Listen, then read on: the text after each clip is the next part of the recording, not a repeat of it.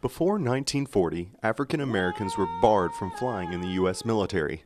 Civil rights organizations and the black press exerted pressure that resulted in the formation of an all-African American pursuit squadron based in Tuskegee, Alabama. They became known as the Tuskegee Airmen. The Tuskegee Airmen overcame segregation and prejudice to become one of the most highly respected fighter groups of World War II. They proved conclusively that African Americans could maintain sophisticated combat aircraft, fly with distinction, and fight with incredible courage. On Saturday, February 25th, more than 650 people filled the Hamilton-Owens Airport to give original Tuskegee Airmen Major Leroy Bowman and James McLean a hero's welcome. The event drew people from all over South Carolina, each with the hope of seeing history up close and saluting the local Redtails. The crowd was met by true heroes, kind and humble, despite their considerable reputations and feats. I'm appreciative. I'm appreciative to you who made the trip out here to say whatever you're going to say.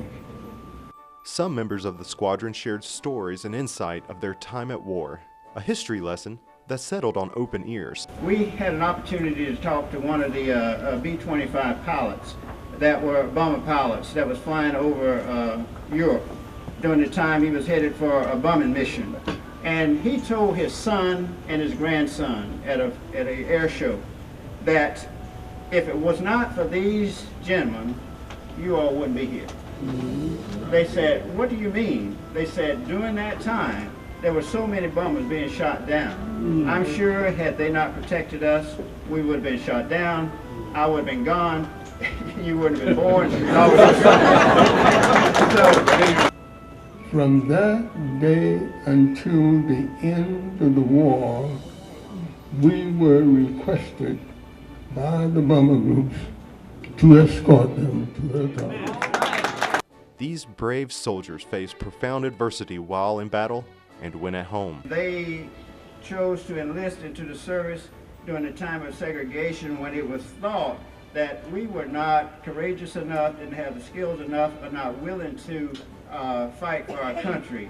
When you think about it, the foolishness